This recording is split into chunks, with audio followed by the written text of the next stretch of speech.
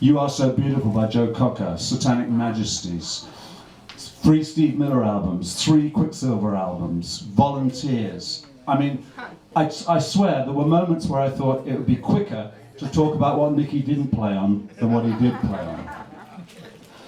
But often, amazingly, and something to do with the kind of person that Nicky was, he managed to do all that stuff and still stay in the background. He wasn't on the red carpet much, he didn't get the millions, but the music's there to be heard. So what I decided to do when I was doing these book readings, it's great having the advantage to play some music as well, because that's really what it's about. But Nicky, unlike most musicians have one career. Nicky had 30, 28, I don't know how many you can count. He just was everywhere. So what I decided was the best way to approach this was to trawl through his life in little tiny snippets. And I hope you'll approve that. I know that everybody here, even the experts like John Goddard, are going to find something in that book they didn't know, because it was unbelievable to me. It includes names like Ella Fitzgerald, Willie Nelson, Bay City Rollers, David Soul. Oh, ouch. So I'm going to start off, for anyone who really doesn't know the detail, Nicky was born in February 1944 in the middle of a German air raid in London, in a suburb called Perivale.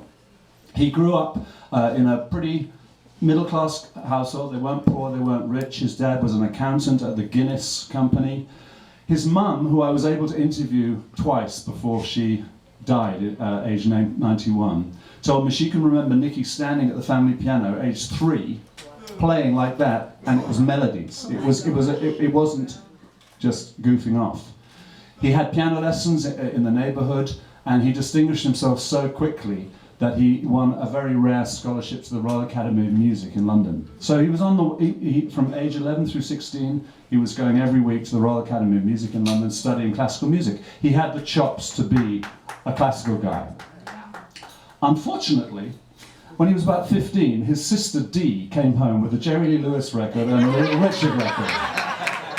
That was the end of the classical period. And at age 16, Nicky was on the road in England with Screaming Lord Sutch and the Savages.